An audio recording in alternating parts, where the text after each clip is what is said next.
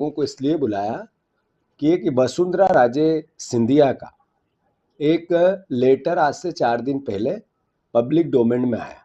पूरे देश में करोड़ों लोगों ने उसको अपने अपने ट्विटर हैंडल पे, फेसबुक पे, अलग अलग अकाउंट पे, कई मीडिया चैनलों ने उसको अपनी न्यूज़ चैनल का माध्यम बनाया और देश के जनता के बीच में उस लेटर को लेके गए।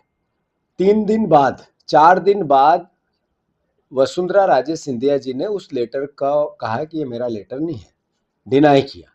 इस बीच में करोड़ों लोगों ने उसको वायरल किया, पर लेटर की जो भाषा थी वो वही थी जो मैंने बोली। वो वही भाषा थी जिसने सवाल खड़े किए नरेंद्र मोदी की सोच, विचार और काम करने के तरीके, देश को गुमराह करने के तरीके पे। फिर से उस लेटर की भावना की हम इज्जत करते हैं, उसको फिर एक्सेप्ट करते हैं। देश भी यही सवाल पूछ रहा है।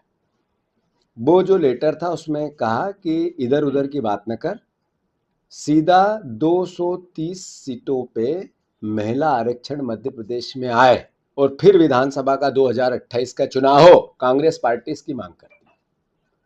कांग्रेस पार्टी मांग करती है कि देश की संसद में आज जितनी सीटें हैं, लोकसभा की और राज्यसभा की, उसमें आज के आधार पर ही महिला आरक्षण आए।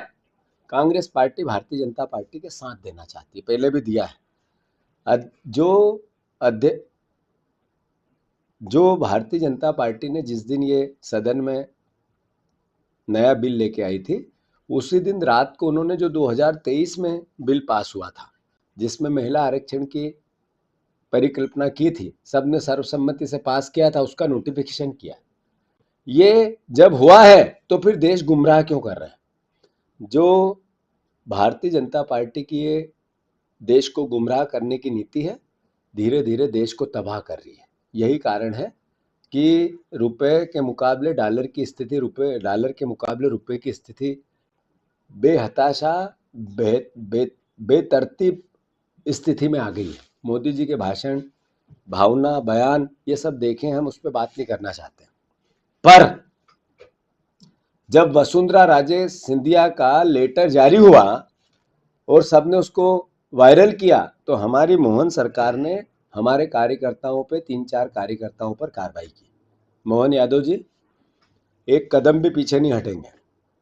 और वो जो पत्र दिया हमने, जो जो वसुंधरा राजे सिंधिया का लेटर है, अगर आपको एफआईआर करनी मुझ पे करो। करोड़ों कार्यकर्ता हमारे नेता यही भावना बता रहे हैं जो उस पत्र की भावना है। हम पे एफआईआर करना चाहते हो, कर दो, पर किसी भी प्रकार से एक कदम भी पीछे नहीं हटेंगे। और अगर इस तरीके की यातनाएं दी तो मैं सारे कांग्रेस के कार्यकर्ताओं से अनुरोध करना चाहता हूं, एक हैशटैग चलाओ और ये कहो कि हाँ, मुझ पे एफआईआर करो। और जो बातें हम बार बार कह रहे हैं, बार बार कहो।